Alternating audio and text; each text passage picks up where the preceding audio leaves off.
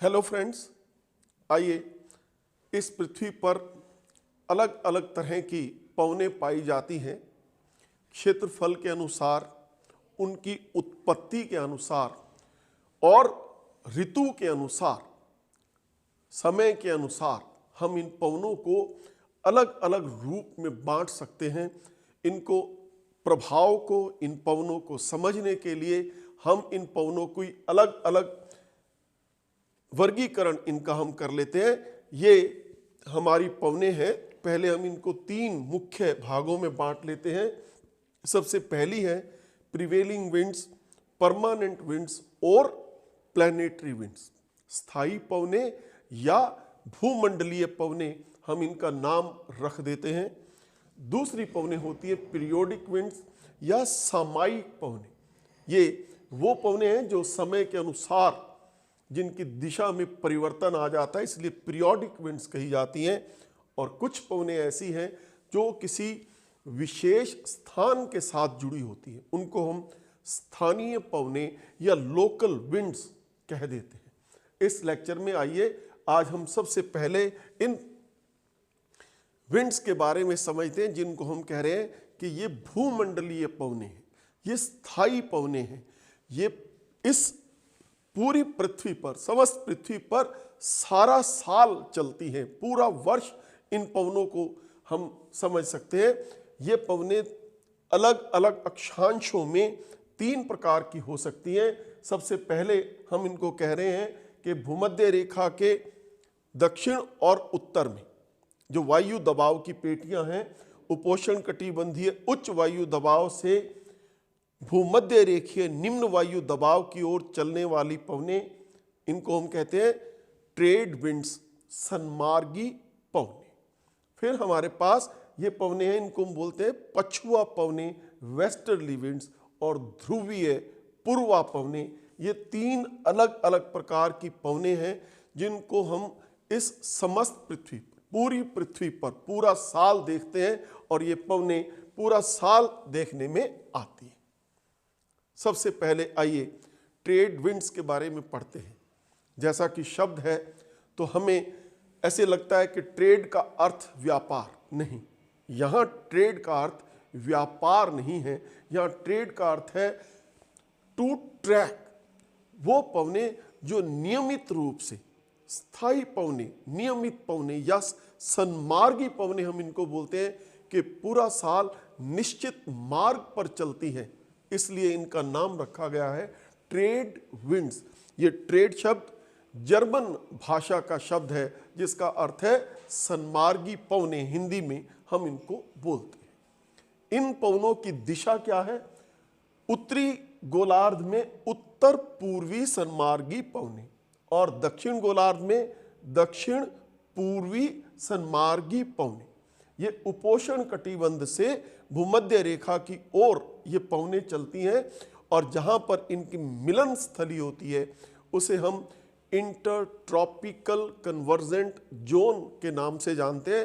अंतः उपोष्ण कटिबंधीय अभिसरण केंद्र के नाम से जानते हैं। क्या विशेषताएं हैं इन पवनों की? ये पवनें ठंडे अक्षांशों से गर्म अक्षांशों की ओर, भूमध्य रेखा की ओर चल रही हैं, इसलिए ये शुष्क पवनें हैं। लेकिन जब ये पवनें सागर को पार करके स्थल की ओर चलती हैं, यानी महाद्वीपों के पूर्वी तटों की तरफ, ये पवनें बहुत वर्षा करती हैं, लेकिन दूसरी तरफ पश्चिमी तट सूखे रह जाते हैं। ये यहाँ पर हम इन पवनों की गति निश्चित है, 15 से 25 किलोमीटर। ये पवनें इस एक स्टेडी विंड्स, एक नियमित तरह से ये पवनें चलती हैं। इनको हम सन्मार्गी पवनें कह देते हैं। इसको अगर आप मानचित्र पर देखेंगे तो आप देखिए, ये जो येलो कलर की पवनें आपको पूर्वा पवनें नजर आ रही हैं, ये उत्तरी पूर्वी सन्मार्गी पवनें हैं, और ये ब्राउन कलर की ये जो पवनें हैं, ये दक्षिण पूर्वी सन्मार्गी पवनें कही जाती हैं। यहाँ इससे हम आसानी से समझ सकते हैं। नॉर्थ ईस्ट ट्रेड विंड्स यहाँ हमने लिखा है, और साउथ ईस्ट ट्रेड विंड्स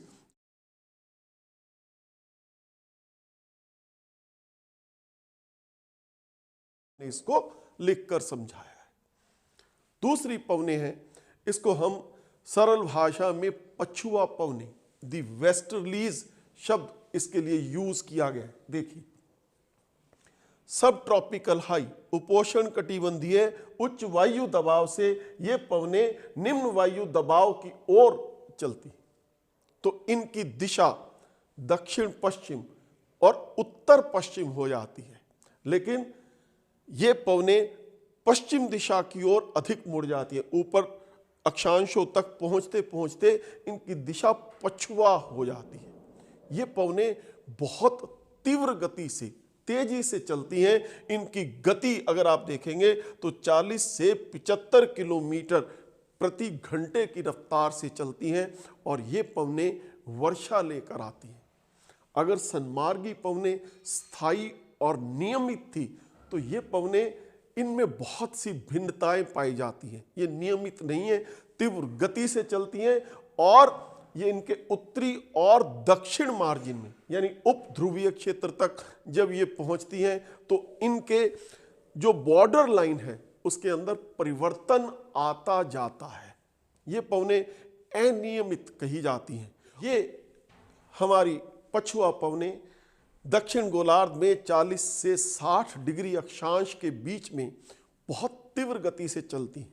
तो नाविकों ने इनके नाम रखे हुए हैं, गर्जन 40, प्रचंड 50 और चीखता 60 या roaring 40s, furious 50s and screeching 60s इनके नाम रखे हुए हैं।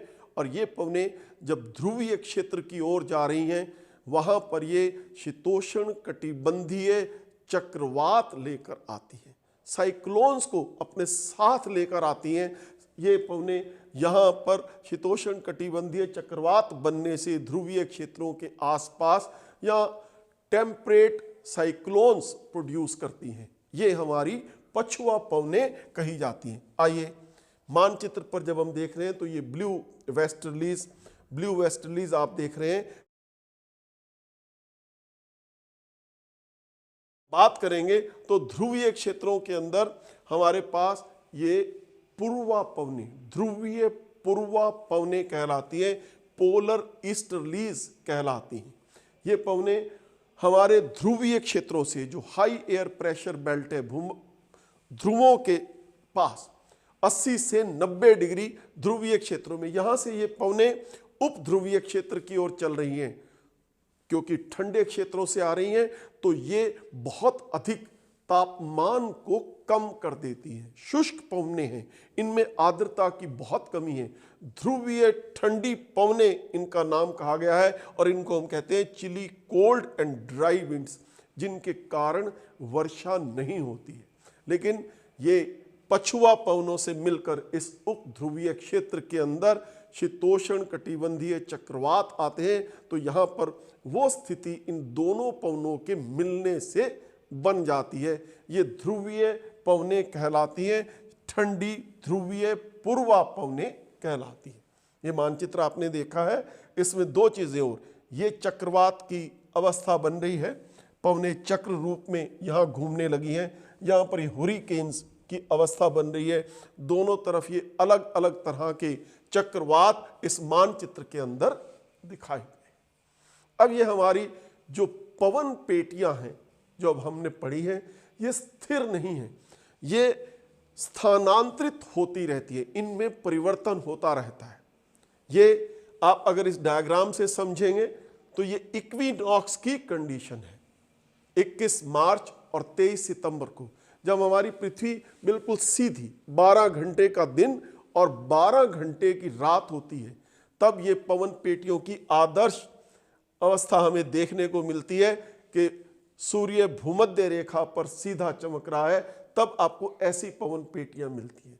लेकिन 21 जून को जब सूर्य कर्क रेखा पर सीधा चमकता है तो ये सब पवन पेटियां 5 से 10 डिग्री औसतन उत्तर की तरफ स्थानांतरित हो जाती हैं। मानसून की उत्पत्ति में भी ये एक कारक हम इसको पढ़ेंगे कि इन पवन पेटियों के स्थानांतरित होने के कारण ही दक्षिण पूर्व एशिया में मानसून पवने आती हैं। फिर जब दिसंबर का महीना आता है, दिसंबर में शीत ठंड का समय, हमारी दक्षिण गोलार्ध में गर्मी होती है, सूर्य दक्षिण में स्थानांतरित हो जाता है, मकर रेखा पर सूर्य सीधा चमकता है। तो सारी की सारी ये पवन पेटियां दक्षिण की ओर स्थानांतरित हो जाती हैं। वायु दबाव की पेटियां भी और हमारी ये पवन पेटियां भी दक्षिण की तरफ स्थानांतरित हो जाती हैं। ये स्थायी पवनें हैं जो पृथ्वी पर सारा साल चलती हैं, निश्चित दिशा में चलती हैं। Thank you very much. ये हमारा एक पार्ट है पवन।